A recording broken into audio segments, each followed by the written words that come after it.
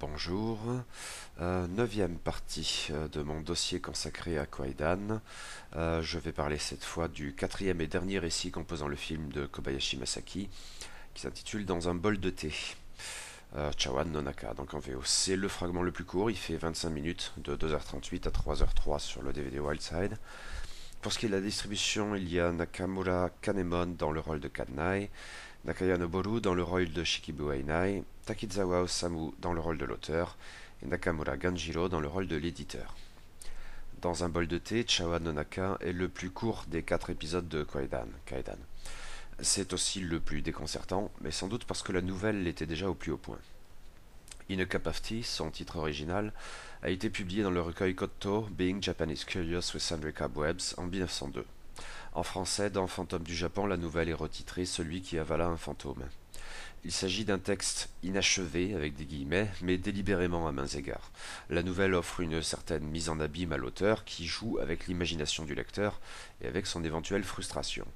Tout part de ce double constat que certaines sensations, notamment touchant à la peur, sont plus fortes quand elles en restent au stade de l'indécision, et qu'il est nombre de textes dus à des auteurs japonais qui n'ont pas de conclusion pour mille et une raisons.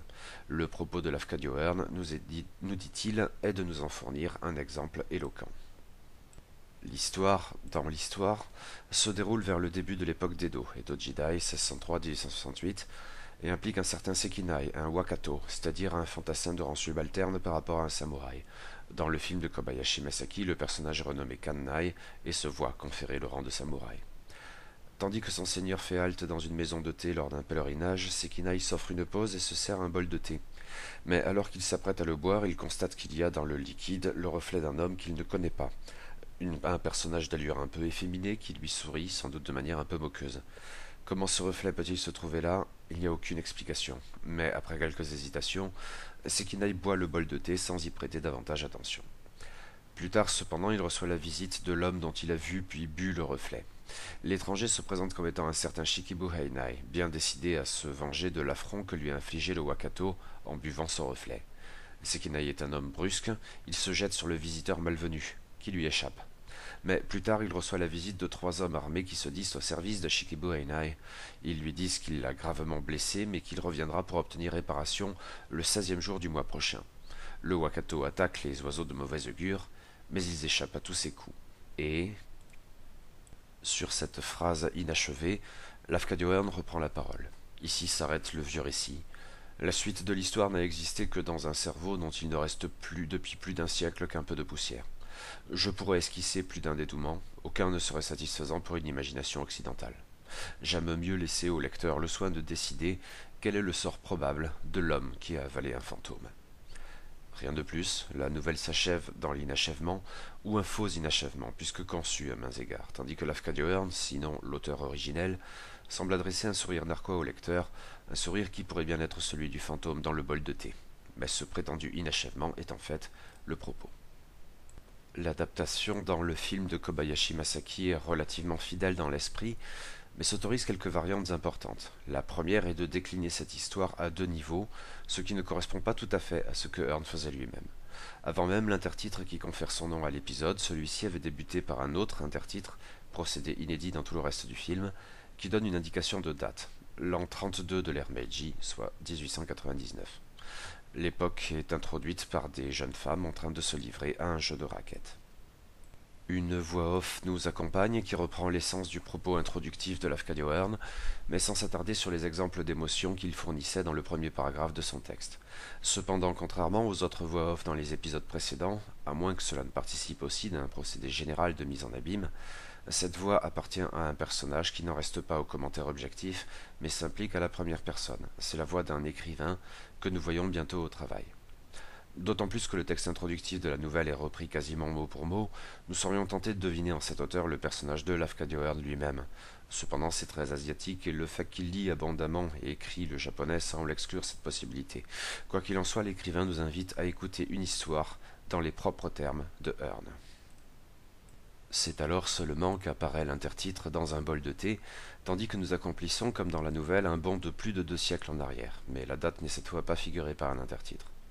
Nous assistons à une sorte de procession filmée d'une manière caractéristique de l'auteur, Caméra en position élevée, vue plongeante qui appuie sur la perspective dans l'axe et compose un tableau symétrique, la suite d'un seigneur en pèlerinage. Parmi les hommes de cette suite, il y a un samouraï un peu grossier qui s'attire des regards interloqués de ses confrères quand il abandonne sa digne posture d'attente pour aller se servir un bol de thé. Nous n'apprendrons le nom de cet homme, Kanai, que plus tard. Cependant, avant de boire, il s'interrompt et regarde l'air ébahi le contenu de son bol. Nous voyons alors la scène à travers ses yeux et distinguons, de manière encore un peu floue, une première occurrence du reflet dans le bol de thé, qui a aussi la particularité d'être à l'envers, ce qui rend la scène plus déconcertante encore. Mais progressivement le visage devient plus net, l'image plus stable. Le samouraï stupéfait jette le contenu du bol et regarde si ce n'est pas l'ustensile qui aurait un défaut expliquant l'étrange apparition. Ce n'est bien sûr pas le cas. Le samouraï prend la précaution de changer de bol tout de même et se resserre du thé. Mais le reflet est toujours là, à l'endroit cette fois, et plus net encore, il arbore un sourire un peu moqueur. À moins qu'il ne s'agisse d'une forme d'invite, Lafcadio Hearn, dans sa nouvelle, souligne le fait que l'homme reflété est très beau et d'une délicatesse toute féminine. Dans le film, ce personnage est incarné par Nakaya Noboru, qui a bien quelque chose d'efféminé, même si cela ressortira davantage quand nous le verrons en pied un peu plus tard. Quoi qu'il en soit, pour Stephen Prince, cette possibilité est à prendre en compte qui contribuerait à expliquer les réactions brutales de Kanai. En l'espèce, il fracasse le bol par terre. Le fantôme serait-il un fantasme? Mais notre samouraï est têtu, il se sert une troisième fois. On se doute de ce qu'il verra dans le bol. Mais un mouvement de pivot de la caméra qui s'achève de manière oblique, figure typique du cinéma de Kobayashi Masaki, exprime avec force le trouble du samouraï, qui contient sans doute une part d'effroi. Le reflet est là, bien sûr, plus net que jamais, et son sourire a maintenant quelque chose de résolument inquiétant. Mais le samouraï est un homme brusque, peut-être parce qu'il redoute avant tout de montrer qu'il a peur, il boit le contenu du bol sur une impulsion, et le reflet avec. Plus tard, nous retrouvons le samouraï du nom de Kanai dans la vaste demeure de son seigneur. C'est une immense bâtisse de style traditionnel, étonnamment luxueuse du fait même de sa très austère sobriété. De nombreux plans la mettent en valeur en jouant le plus souvent sur la perspective. Kanai est de garde. Il veille dans une pièce où se trouve une étrange horloge, dont le tic-tac très particulier est singulièrement irritant. Il faut noter que jusqu'à présent cet épisode était totalement dénué de musique à proprement parler, mais déjà là où le samouraï se servait le thé, il y avait comme un bourdonnement d'insectes clairement artificiels et propres à taper sur les nerfs. Le niveau des deux bruitages varie sans cesse, ce qui y contribue également. D'une manière ou d'une autre, l'horloge attire l'attention et, en toute logique, c'est à côté d'elle que le fantôme du bol de thé va faire son apparition. Bien sûr, tous ces éléments d'ambiance sont absents de la très brève nouvelle de Lafcadio Hearn, mais ils prennent ici une importance marquée. Ce qui en demeure, c'est le propos essentiel de la scène. Le fantôme, peut-être efféminé donc, se présente sous le nom de Shikibu Heinai et se plaint de ce que Kanai l'a insulté en avalant son reflet. Kanai, en brute qu'il est, attaque aussitôt le visiteur qui disparaît devant lui pour réapparaître immédiatement dans son dos. Cependant, un autre assaut est supposé le blesser et le fantôme, dès lors translucide, disparaît en traversant une cloison de type Fusuma derrière l'horloge. Kanai sonne aussitôt l'alerte, un intrus dans la demeure. Des samouraïs en nombre se mettent à parcourir l'immense bâtisse sans trouver la moindre trace de l'homme évoqué par Kanai. On se moque de lui.